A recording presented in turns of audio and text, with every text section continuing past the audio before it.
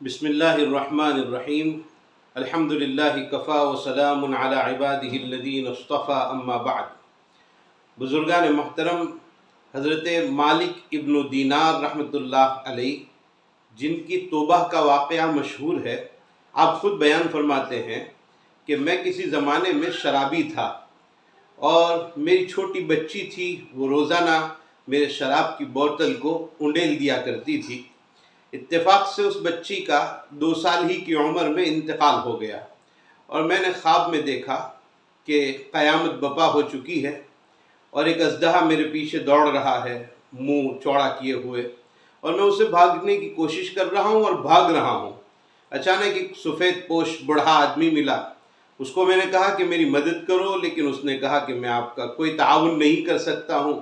میں اور بھاگا تو ایک آگ نظر آئی، میں وہاں سے ہٹا تو پھر فرشتوں میں سے کسی نے کہا کہ اس پہاڑ کی طرف جاؤ، شاید وہاں کوئی امانت آپ کی مل جائے۔ میں اس پہاڑ کی طرف گیا تو ایک کمرے میں مجھے اپنی بچی نظر آئی۔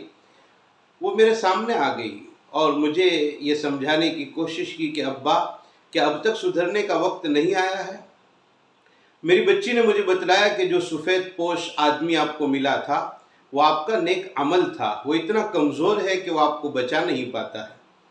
خیر، اس خواب کے بعد حضرت مالک ابن دینار رحمۃ اللہ علیہ نے توبہ کر لی اور وہ اللہ کے ولی بن گئے۔ میں آج کی اس مجلس میں خاص بات سمجھانے کی کوشش کرتا ہوں، اللہ کرے کہ وہ مجھے بھی سمجھ میں آ جائے، آپ حضرات کو بھی سمجھ میں آ جائے، کہ ایک مرتبہ مالک ابن دینار رحمۃ اللہ علیہ کے کمرے میں ایک چور گھس آیا۔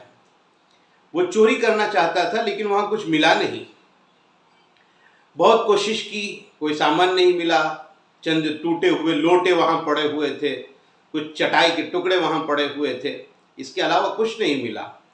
تو مالک ابن دینار رحمۃ اللہ علیہ یہ سارا منظر دیکھ رہے تھے اور وہ چور خالی ہاتھ وہاں سے واپس لوٹ رہا تھا۔ تو حضرت مالک ابن دینار رحمۃ اللہ علیہ نے اس کو اپنے پاس بلایا اور بلا کر کہا کہ ہمارے یہاں آپ کو کچھ نہیں ملا، اور پھر آگے فرمایا کہ دنیا کی چیز آپ کو یہاں نہیں ملی، چلو آخرت کی کچھ چیز لینا چاہو گے آپ ہمارے یہاں؟ کہا کیا ہوتا ہے آخرت کی چیز؟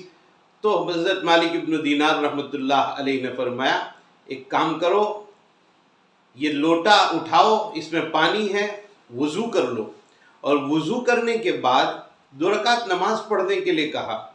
اس 2 رکعت کے نماز پڑھنے میں اس چور کو اتنا لطف آیا کہ پھر تو وہ ماں بقیہ رات حضرت مالک ابن دینار رحمۃ اللہ علیہ کے ساتھ نوافل پڑھتا رہا اور تہجد پڑھتا رہا، یہاں تک کہ صبح ہوئی۔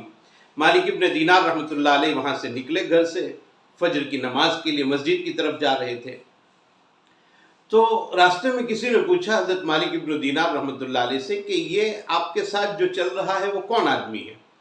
حضرت مالک ابن دینار رحمۃ اللہ علیہ نے فرمایا کہ صاحب، یہ ہمیں چرانے کے لیے آئے تھے، ہماری چیزوں کو چرانے کے لیے آئے تھے، ہم نے انہی کو چرا لیا اور ان کو اپنا بنا لیا۔ اللہ رب العزت نے حضرت مالک ابن دینار رحمۃ اللہ علیہ کو کیسی سوچ عطا فرمائی تھی کہ انہوں نے چور پر محنت کی اور چور آپ کی طرف مائل ہو گیا، دین کی طرف مائل ہو گیا اور توبہ کی طرف مائل ہو گیا۔ اس کو کہتے ہیں کہ اللہ والوں کی ایک نظر کبھی کام کر جاتی ہے۔ ہمیں دعا کرنی چاہیے کہ اللہ تعالی ہمیں بھی اللہ والوں کے ساتھ تعلق رکھنے کی توفیق عطا فرمائے۔ اسی کو اقبال نے کہا ہے کہ نگاہ مرد مومن سے بدل جاتی ہے تقدیریں۔ اللہ رب العزت ہمیں بھی اہل اللہ کے ساتھ ربط رکھنے کی توفیق عطا فرمائے۔ دعا ازمن و از جملہ جہاں آمین بعد، وآخر دعوانا ان الحمد للہ رب العالمین۔